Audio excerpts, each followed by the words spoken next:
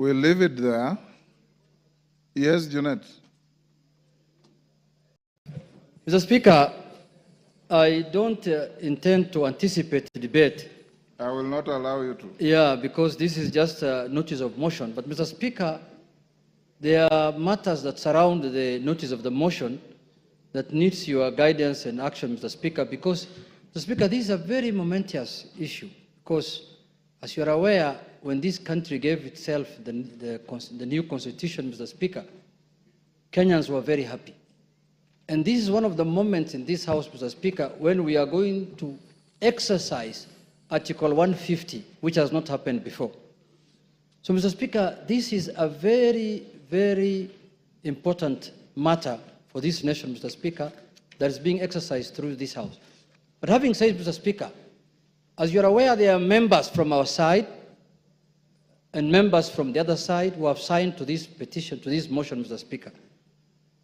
And, Mr. Speaker, I wanted to get your assurance as the boss of this House, as the leader of this House, as the Speaker of this House, Mr. Speaker, that the 291 members of Parliament who have signed to this motion, Mr. Speaker, their safety and security will be guaranteed, Mr. Speaker. Because the motion does not end at the tabling, at the notice of motion today. It will go through a process. It will be formally again moved. Members will debate, and members will vote on it. Mr. Speaker, we want those 291 members of Parliament to turn up here the day of voting, Mr. Speaker, without missing any one of them, Mr. Speaker. Mr. Speaker, we have just passed the new Inspector General of Police the other day here, Mr. Kanja. Not really.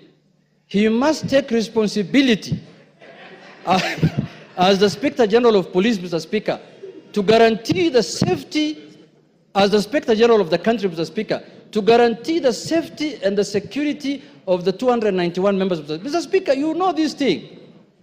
What we are doing is not a small thing, Mr. Speaker. When Trump was being removed, was being impeached in the United States, Mr. Speaker, you know what he attempted to do. And what can happen here, you know, Mr. Speaker. And let us not fight, let us not begrudge anyone, because what the House is doing is constitutional, because the House is just exercising its mandate. It's not doing anything outside the Constitution. There is nothing unconstitutional that's happening in this House, Mr. Speaker. You can impeach a cabinet secretary, you can impeach a deputy president, you can impeach the president if you wish so. So, Mr. Speaker, this is an exercise that is given to us by the Constitution. So, Mr. Speaker, you've made your point. I have made my point, but I conclude by saying this, Mr. Speaker. That, Mr. Speaker,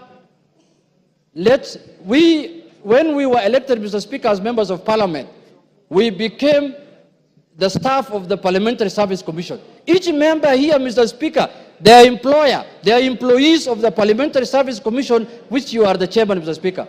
So, Mr. Speaker, I have spoken on behalf of the members because when they were signing, that is what they told me. Mr. Speaker, as the minority leader, they told me, we are in support of this thing, we are really ready to move, but we want things done legally and procedurally and within the Constitution, inside Parliament and outside Parliament. Thank you, Mr. Speaker. Thank you. I don't want to open debate. Yes, Whip, what's your point of order? Honourable Speaker, I also seek your guidance and indulgence on